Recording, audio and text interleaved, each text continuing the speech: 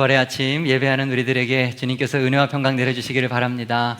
오늘은 창세기 22장입니다. 하나님이 자기를 위하여 친히 준비하시리라. 하나님이 자기를 위하여 친히 준비하시리라 라는 제목으로 말씀 전하겠습니다.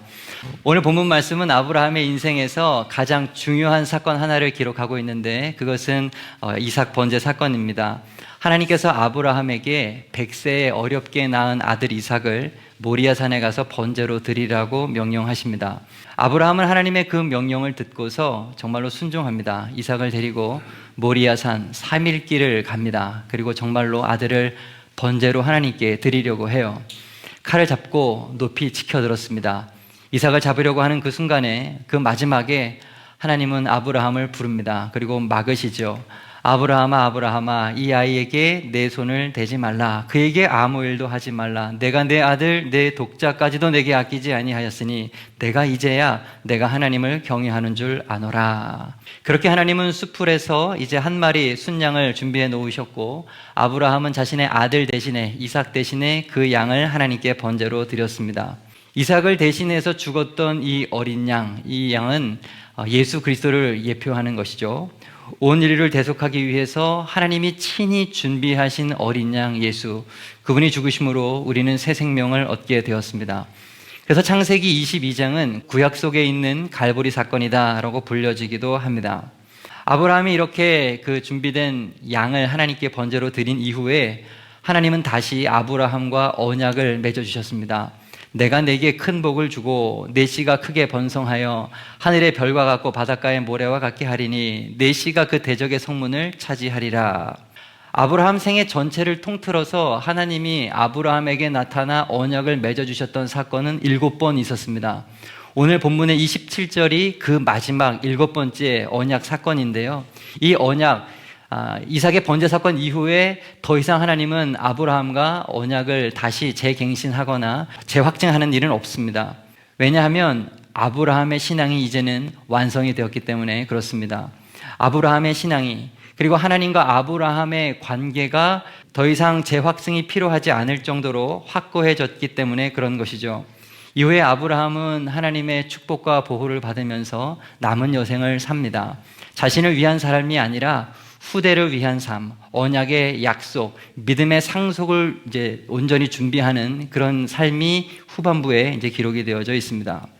이런 오늘 본문의 이야기에서 먼저 우리의 주목을 끄는 것은 1절인데 1절 말씀에 보면 하나님이 아브라함을 시험하셨다라는 표현이 써져 있습니다. 하나님께서 사랑하는 아브라함인데 그를 시험하셨다라고 하는 거예요. 이것이 잘 이해가 되지 않죠. 야고보서 1장 13절 말씀을 봐도 사람이 시험을 받을 때에 내가 하나님께 시험을 받는다 하지 말지니 하나님은 악에게 시험을 받지도 아니하시고 친히 아무도 시험하지 아니하시느니라. 하나님은 아무도 시험하지 않는다고 분명히 야고보서에 기록되어 있는데 지금 도대체 이것은 무슨 이야기입니까? 예수님께서도 우리에게 주기도문을 알려주셨는데 우리를 시험에 들게 하지 마시옵고 시험에 들지 않도록 하나님 도와주십시오 라고 기도도 하라고 하셨으면서 하나님이 왜 지금 이렇게 아브라함에게 시험을 하시는 걸까요? 도대체 이것은 무슨 말일까요? 지난주 수요일에 주기도문 강해를 하면서 이미 말씀을 드렸지만 오늘 좀 한 번 더 여러분과 이 이야기를 좀 나누려고 합니다. 여러분, 이 시험하다라고 하는 동사는 주체가 누구이냐에 따라서 뜻이 바뀌어져요. 이 시험하다는 동사가 만약에 사탄이 주체가 되어서 쓰여진 동사라고 한다면 그때의 의미는 temptation, 그러니까 유혹하다라고 하는 의미가 됩니다. 유혹의 목적이 무엇이죠? 죄를 짓게 하고 죽게 하고 결국 파멸에 이르게 하는 것이죠. 마귀가 주체일 때 이것은 유혹이 됩니다. 그런데 이 시험의 주체가 하나님이 되시면 그것은 의미가 바뀌어요. 테스트가 됩니다. 평가하다 혹은 훈련하다라고 하는 의미의 시험이 되는 것이죠. 훈련의 목적이 무엇입니까? 훈련하면 강해지는 거 아닙니까? 훈련하면 이기는 거 아니에요? 훈련하면 살아나는 것입니다. 답을 주기 위한 것이죠. 문제가 있는 세상에 답을 주시기 위하여 하나님은 우리들에게 시험을 허락하시는 것입니다. 우리의 신앙의 수준과 나의 신앙의 상태를 깨닫게 하여서 나로 하여금 믿음이 자라도록 하시는 것이 바로 하나님의 시험의 목적인 것입니다. 우리의 목적과 하나님의 목적은 좀 다르죠. 우리는 이 땅에서 잘 살기를 원합니다. 부자가 되기를 원하고 건강하게 살기 원하고 육적인 것만 원하는 게 솔직히 우리들의 바람이죠.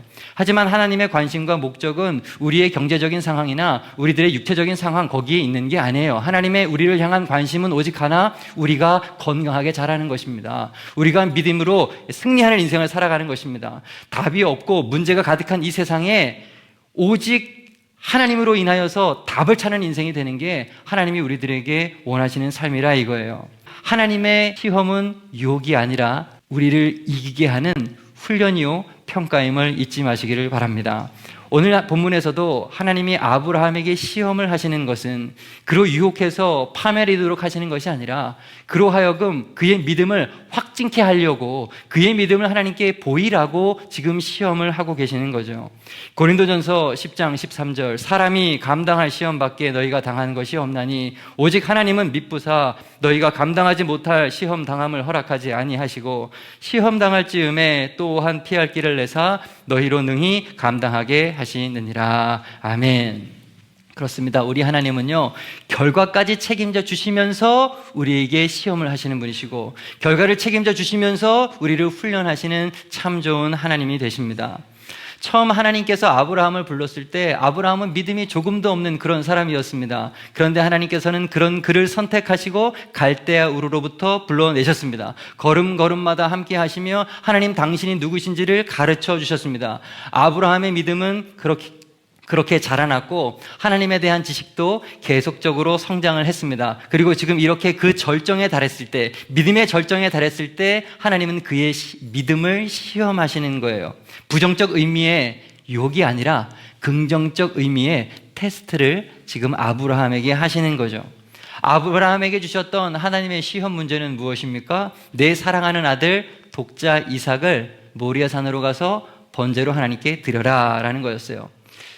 여러분, 이것을 그냥 간단히 보지 않기를 원합니다. 번제라는 게 무엇입니까? 짐승의 사지백체를 칼로 각떠서 하나도 남김없이 다 하나님께 태워드리는 것이 그게 번제예요. 짐승이 아니라 자기의 사랑하는 아들을, 이삭을 그렇게 번제로 하나님께 바치라라고 하는 시험이에요. 이 시험 앞에서 아브라함이 어떠한 반응을 보였습니까? 낙심했습니까? 걱정했습니까? 불안했습니까? 어떤 도망갈 방법을 찾았습니까? 아니에요. 아브라함은요, 다음날 일찍 일어나서 번제물로 쓸 이삭과 종 둘을 데리고 모리아 산으로 출발을 합니다. 아브라함은 믿는 거죠. 지금까지 하나님이 자신에게 해주셨던 그분의 약속을 믿는 거예요. 하나님이 아브라함에게 무슨 약속하셨습니까? 내가 너로 큰 민족을 이루고 내게 복을 주어 내 이름을 창대하게 하리니 너는 복이 될지라. 그래, 하나님은 나에게 약속하셨어. 나를 통해 큰 민족을 이룬다고 약속하셨어. 이 이삭을 통해서 하나님은 분명 그 약속을 이루실 거야. 아브라함은요, 하나님께서 아들 이삭을 죽이지 않으실 거라는 것을 믿었어요. 그리고 혹 죽인다 하더라도 다시 살리실 것에 대한 확실한 믿음을 가지고 있었던 것입니다. 그렇게 사할 길을 걸어간 거죠. 그리고 하나님은 그 결과를 책임져 주셨죠. 어린 양을 준비하셔서 정말로 이삭을 죽이지 않으셨어요. 사랑하는 여러분, 하나님을 온전히 믿는 여러분 되기를 바랍니다. 여호와 이레, 우리 하나님은 모든 것을 예비하시고 준비하시는 하나님이십니다. 그 준비는 하나님 그분 자신을 위한 준비예요. 그분의 영광을 위한 그분의 준비는 그분이 스스로 하시는 것입니다. 하나님은 결코 우리를 죽이지 않으세요. 하나님은 우리를 파멸로 이끌기 위해 시험하지 않으십니다. 아브라함과 같은 굳건한 믿음을 갖는 새생명 배단이 모든 성도 되기를 주님의 이름으로 축복합니다. 다음으로 오늘 2절 말씀을 다시 보기를 원합니다. 여호와께서 이르시되 내 아들 내 사랑하는 독자 이삭을 데리고 모리아 땅으로 가서 내가 내게 일러준 한 산 거기서 그를 번제로 드리라. 조금 더 이 문제를 좀 생각해 보기를 원하는데요, 하나님께서 아브라함의 믿음을 하기를 원하셨는데 만약에 그렇게 확인하기 싶으셨다면 사실 다른 많은 방법도 있지 않았겠습니까? 근데 왜 굳이 내 사랑하는 아들 독자 이삭을 드리라고 했을까요? 왜 꼭 그의 아들이어만 했을까요? 하나님께서는 아브라함을 믿음의 조상으로 부르셨기 때문에 그렇습니다. 믿음의 조상이 되기 위해서 제일 중요한 것은 아들이죠. 아브라함이 얼마나 그 아들 이삭을 사랑했겠습니까? 그런데 하나님께서는 그 마음을 바꾸기를 원하셨던 거예요. 이삭보다 나를 더 사랑해라. 너에게 자손을 남겨주는 것은 이삭이 하는 일이 아니라 내가 하는 일이라는 것을 명심하라. 이삭은 네 아들이 아니라 내 아들이라. 그 믿음의 고백을 아브라함을 통해서 듣기를 원하셨던 거예요, 하나님은. 그렇습니다. 하나님은 우리들에게 가장 소중한 것을 드리라고 요청하세요.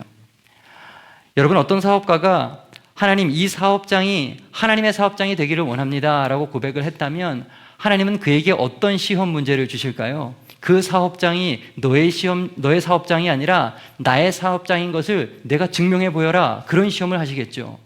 만약 어떤 사람이 하나님, 우리의 가정이 믿음의 가정이 되기를 원하고 하나님의 가정이 되기를 원합니다 라고 고백한다면 하나님은 그 사람에게 무슨 시험을 주시겠습니까? 그럼 너의 가정이 너의 것이 아니라 나의 것임을 증명하라 라고 말하지 않겠습니까?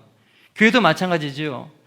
하나님, 이 교회가 사람의 교회가 아니라 주님의 교회가 되기를 원합니다 라고 기도를 한다면 하나님께서는 우리들에게 시험하시는 것입니다. 그렇다면 이 교회가 너의 교회가 아니라는 것을 증명해 보여라. 여러분, 나의 소망을 철저히 하나님 앞에 내려놓아야 합니다. 하나님께서 원하시는 것은 우리의 전적인 믿음이에요. 우리의 정말 소망하는 그것을 주님께 다 내려놓는 것을 기다리고 계시는 것입니다. 오늘 아브라함이 이삭을 하나님께 바쳤죠. 그 바친 후에 결과가 어떻게 됐습니까? 이삭이 죽었습니까? 아니죠. 하나님은 죽이지 않으셨어요. 다시 이삭을 그에게 허락하셨습니다.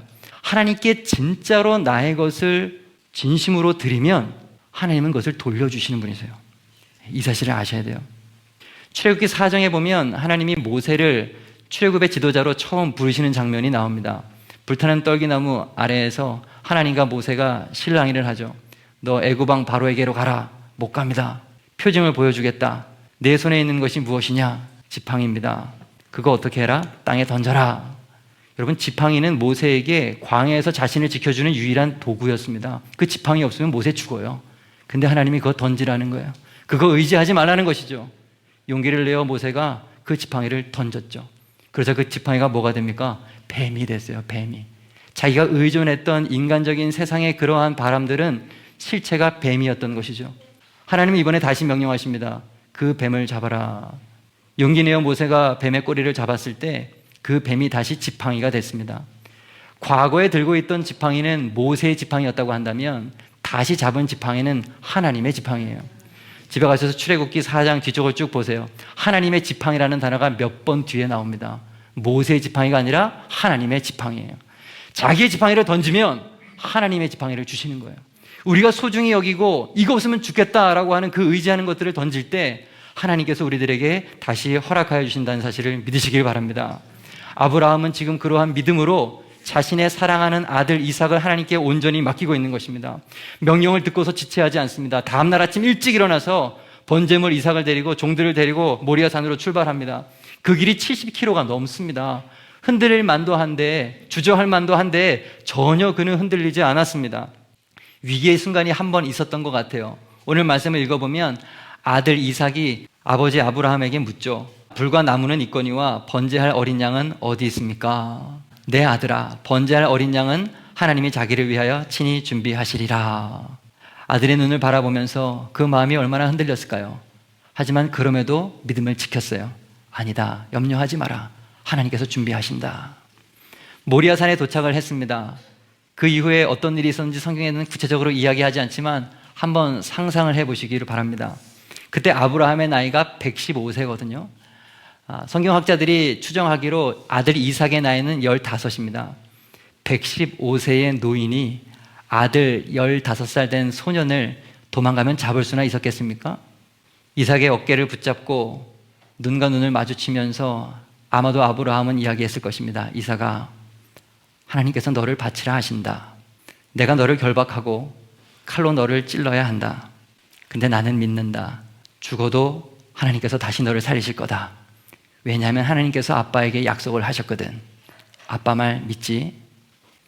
평소 이삭이 아빠의 믿음을 보지 못했다면, 평생 동안 아버지의 삶에서 하나님에 대한 믿음을 눈으로 보지 못했다면 아빠 나 믿지? 하고 할 때 이런 행동을 할 수 있었을까요? 도망가 버리고 말았겠죠. 하지만 이삭은 믿음이 있었어요. 아버지의 믿음을 고스란히 이어받았던 것입니다. 하나님은 눈에 보이지 않아도 아버지를 통하여 살아계신 하나님을 보았던 것이죠. 눈을 꼭 감고 아버지가 하는 대로 끈에 결박이 됩니다. 그리고 그 나무가 펴져 있는 번제단 위에 자신의 몸을 누입니다. 조용히 눈을 꼭 감고 있었겠죠.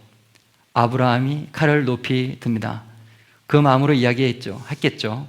사랑하는 아들아, 너는 하나님의 것이다.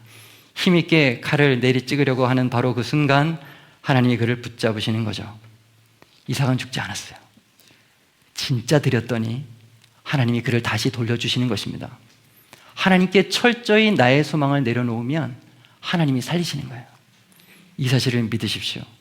이게 믿음이에요. 다음으로 오늘 12절 말씀을 좀 한 번 더 보죠. 사자가 이르시되 그 아이에게 내 손을 대지 말라. 그에게 아무 일도 하지 말라. 내가 내 아들 내 독자라도 내게 아끼지 아니하였으니 내가 이제야 내가 하나님을 경외하는 줄을 아노라. 드디어 하나님께서 아브라함의 믿음을 인정해 주시는 장면입니다. 여러분, 근데 하나님께서 아브라함의 믿음을 인정해 주실 때가 언제였는가 우리는 좀 주목해 볼 필요가 있어요. 언제 아브라함의 믿음을 인정해 주셨는가? 이 모든 사건의 맨 마지막이었다는 것을 좀 말씀을 드리고 싶은 거예요. 아브라함이 하나님으로부터 명령을 듣고 순종하여서 사할 길 모리아산으로 갔습니다. 아들을 결박합니다. 제단에 누이고 마지막으로 칼을 드는 순간, 비로소 그 마지막 순간에 하나님은 그의 이름을 불러주셨고 그의 믿음을 인정해 주셨어요. 무슨 말씀 드리고 싶은 것이냐? 끝까지 믿어야 하나님께서 인정하신다라고 하는 사실이에요. 여러분, 사실 아브라함은 처음부터 믿음이 있었어요. 오늘 5절 말씀을 볼까요? 이에 아브라함이 종들에게 이르되 너희는 나귀와 함께 여기서 기다리라. 내가 이와 함께 저기 가서 예배하고 우리가 너에게로 돌아오리라. 종들에게 나 다시 올 거다. 같이 올 거다. 믿음이 이미 그때부터 있었어요. 아들이 번제할 양이 어디 있느냐고 물었을 그때에도 아브라함이 말하죠. 번제할 어린 양은 하나님이 자기를 위하여 친히 준비하시리라. 아브라함이 이렇게 처음부터 믿음이 있었다고 하는 것은 히브리서 기자도 우리들에게 분명하게 증거합니다. 아브라함은 시험을 받을 때에 믿음으로 이삭을 드렸으니 그는 약속들을 받은 자로 돼 그 외아들을 드렸느니라. 그에게 이미 말씀하시기를 내 자손이라 칭할 자는 이삭으로 말미암음이라 하셨으니 그가 하나님이 능히 이삭을 죽은 자 가운데서 다시 살리실 줄로 생각한지라. 비유컨대 그를 죽은 자 가운데서 도로 받은 것이니라. 아브라함은 분명히 처음부터 믿음이 있었습니다. 처음에도 중간에도 끝까지 계속 믿음이 있었습니다. 그러나 하나님은 처음에 중간에 그의 믿음을 인정하지 않았고 끝에서 비로소 그의 믿음을 인정하셨어요. 명령 듣고 출발할 때 너 믿음이 있구나 인정하지 않았습니다. 가는 길에 너 믿음 있구나 말씀하지 않으셨어요. 모리아산에 도착해서도 인정하지 않으셨고 결박하였을 때도 제단에 눕혔을 때도 아니었습니다. 정말로 죽이려고 칼을 들었을 때 그 마지막 순간에 하나님은 그의 믿음을 인정하신 거예요. 그렇습니다, 여러분. 끝까지 믿어야 되는 거예요. 문제는 뭐냐? 신앙생활 할 때 우리는 자꾸 믿음의 경계선을 내 나름대로 자꾸 정한다는 거예요. 내가 정한 선이 있어요. 그래서 거기까지만 믿어요. 그 선을 넘지 않으려고 합니다. 어떤 사람은 하나님께서 번제를 바치라, 하나님께서 자기에게 주신 말씀을 듣기는 듣습니다. 그런데 거기까지예요. 듣고 순종하지 않습니다. 어떤 사람은 듣고 모리아산까지 갑니다. 그런데 어떤 사람은 거기까지예요. 어떤 사람은 포박까지 합니다. 거기까지예요. 끝까지 가지 않습니다. 죽이지 않아요. 자신의 믿음의 경계를 스스로 정하고 거기를 넘지를 않습니다. 더 깊어지려 하지 않아요. 이전 교회에서 청년부를 제가 오래 담당했는데 수련회 때가 되어서 인원 파악을 했습니다. 근데 꼭 갈 녀석인데 등록을 안 한 거예요. 그래서 붙잡고 물어봤습니다. 야, 너 왜 수련회 안 가냐? 그 아이가 이렇게 대답합니다. 은혜 받을까 봐요. 기가 막히게 솔직한 겁니다. 은혜 받을까 봐요. 은혜 받고 자기가 뭔가 더 큰 결단과 그런 것을 할까 봐 수련회를 못 하겠다 이 얘기예요. 여러분에게도 혹시 믿음의 경계선이 있지는 않으십니까? 예배의 경계선이 있는 분들이 있어요. 내 예배는 주일 예배까지. 나는 조금 더 써줘서 나는 금요 심야까지. 나는 수요예배까지는 나간다. 헌신할 때도 여기까지 헌신. 봉사할 때도 여기까지 봉사. 헌금도 여기까지. 은혜도 여기까지. 나의 은혜의 분량은 여기까지. 여기까지면 족하다. 스스로 한계를 정하고 선을 넘지를 않아요. 여러분, 안 돼요. 그러면 안 됩니다. 하나님을 믿되 끝까지 믿어야 합니다. 죽기까지 믿어야 되는 거예요. 그것이 아브라함이 우리들에게 보여주는 교훈인 것입니다. 사도 바울이 이렇게 고백을 했습니다. 내가 달려갈 길과 주 예수께 받은 사명 곧 하나님의 은혜의 복음을 증언하는 일을 마치려 하면은 나의 생명조차 조금도 귀한 것으로 여기지 아니하노라. 사도 바울은 지금 예루살렘으로 들어가고 있습니다. 거기 들어가면 결박과 고난이 자기를 기다리고 있다는 것을 뻔히 알고 있어요. 그럼에도 불구하고 그는 들어가는 거예요. 내가 목이 잘려 죽더라도 하나님이 나를 다시 살리실 거라는 것을, 영원히 죽지 않는 존재라는 것을 그는 알았기 때문에 끝까지 가는 것이죠. 사랑하는 여러분, 모든 것을 맡기고 끝까지 가세요. 끝까지 가세요. 신앙생활 하면서 왜 불안할까요? 신앙생활 하면서도 왜 마음의 평강이 없을까요? 내가 정한 선까지만 믿고 거기까지만 의지하기 때문에 그렇습니다. 전적으로 믿고 전적으로 맡기고 모든 것을 내려놓아 보세요. 하나님이 여러분을 전적으로 책임진다니까요. 그분이 전적으로 책임지심을 경험하는 순간 우리는 하늘 평안을 누리면서 이 땅을 이기며 사는 존재가 되는 것입니다.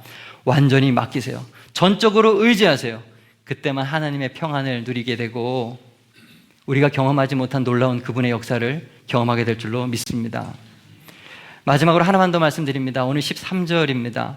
아브라함이 눈을 들어 살펴본즉 한 순양이 뒤에 있는데 뿔이 수풀에 걸려 있는지라 아브라함이 가서 그 순양을 가져다가 아들 대신하여 번제로 드렸더라. 하나님께서 아브라함아 그의 믿음을 인정해 주셨을 때 즉시로 아브라함이 한 행동을 보시기를 바랍니다. 눈을 들어 살펴본즉 주변을 곧바로 살피고 있습니다. 하나님께서 자신의 아들을 죽이지 말라고 하셨으니까 뭔가 다른 제문을 준비해 놓을 거라고 이미 그는 예상하고 있었던 것이죠. 믿음으로 주변을 살펴보는 것입니다. 당연히 뒤를 돌아보니까 양 한 마리가 있는 것이죠. 수풀에 순양 한 마리가 뿔에 걸려 있었습니다. 그 순양을 잡아 하나님께 드렸습니다. 저는 여기서 이 수풀에 대한 이야기를 좀 드리기를 원하는데요. 우리 성경에는 수풀이라고 기록되어 있지만 보다 정확한 이 단어의 해석은 덤불이라고 해석을 하면 됩니다. 그래서 이제 뿔이 엉켜져 있었던 것이죠. 당시 모리아산은 사람이 많이 왔다 갔다 하는 그런 산이 아닙니다. 덤불로 가득한 그런 산이었죠. 이삭을 데리고 모세가 그 모리아산으로 올라갈 때 처음에는 그 덤불이 얼마나 장애가 되었을까요? 가장 모리아산에 올라가는데 가장 장애가 되는 것은 덤불이었을 것입니다. 그런데 그 덤불이 없었다면 제사 드릴 제물도 거기 있을 수 없는 거죠. 그 덤불이야말로 하나님께서 미리 예비한 그분의 은혜였던 것입니다. 덤불도 은혜가 되는 거예요. 우리가 이 땅을 살아가다 보면 수많은 덤불들을 만날 때가 있습니다. 경제적인 덤불이 있을 수 있겠죠. 육체적인 질병으로 그 덤불로 속상한 분들이 있을 거예요. 그러나 잊지 마십시오. 주 안에 있으면, 믿음 안에 있으면 그 덤불은 결코 장애물이 아닙니다. 덤불이 꼭 나쁜 것만은 아니에요. 육체적인 연약함을 통하여서 하나님 앞에 엎드리게 되었다면 그 덤불은 좋은 것입니다. 경제적인 어려움으로 주님만 의지하게 되었다면 그 덤불은 하나님의 은혜인 것이죠. 내가 약할 때 우리는 비로소 하나님의 은총 속에 살 수 있게 됨을 잊지 말아야 됩니다. 고린도후서 12장 10절 그러므로 내가 그리스도를 위하여 약한 것들과 능욕과 궁핍과 박해와 곤고를 기뻐하노니 이는 내가 약한 그때의 강함이라. 아멘. 내 인생의 가장 어둡고 캄캄하고 장애물 같은 그 문제들로 인하여 기뻐한다. 왜냐하면 그것이 나를 강하게 하기 때문이다. 하나님이 나와 함께 하시기 때문에 내가 약할 때 하나님을 비로소 의지하는 인생이 되기 때문에 그렇습니다. 여러분, 인생의 덤불은 그래서 하나님의 은혜입니다. 인생의 문제로 어려움을 당하고 계신 분이 계십니까? 그 문제 사이에, 그 덤불 사이에 숨어있는 어린 양을 찾을 수 있기를 바랍니다. 문제 속에 그리스도를 발견하면 죽지 않습니다. 문제 속에 그리스도를 발견하면 그 그리스도 때문에 다시 살 수가 있는 거예요. 그게 부활인 것이죠. 오늘 말씀을 정리하겠습니다. 하나님이 자기를 위하여 친히 준비하시리라. 첫째, 하나님은 그 결과를 책임지시면서 우리를 시험하시고 우리를 훈련하시는 분이십니다. 둘째, 나의 소망을 철저하게 내려놓아야 하나님께서 우리의 인생을 책임지십니다. 셋째, 끝까지 믿어야 합니다. 중간에 포기하지 마십시오. 끝까지 믿어야 하나님께서 인정해 주십니다. 마지막으로 네 번째, 인생의 덤불은 하나님의 은혜입니다. 덤불 속에서 어린 양 예수를 발견할 수 있는 신실한 그리스도인으로 사시기를 주님의 이름으로 축복합니다. 기도하겠습니다.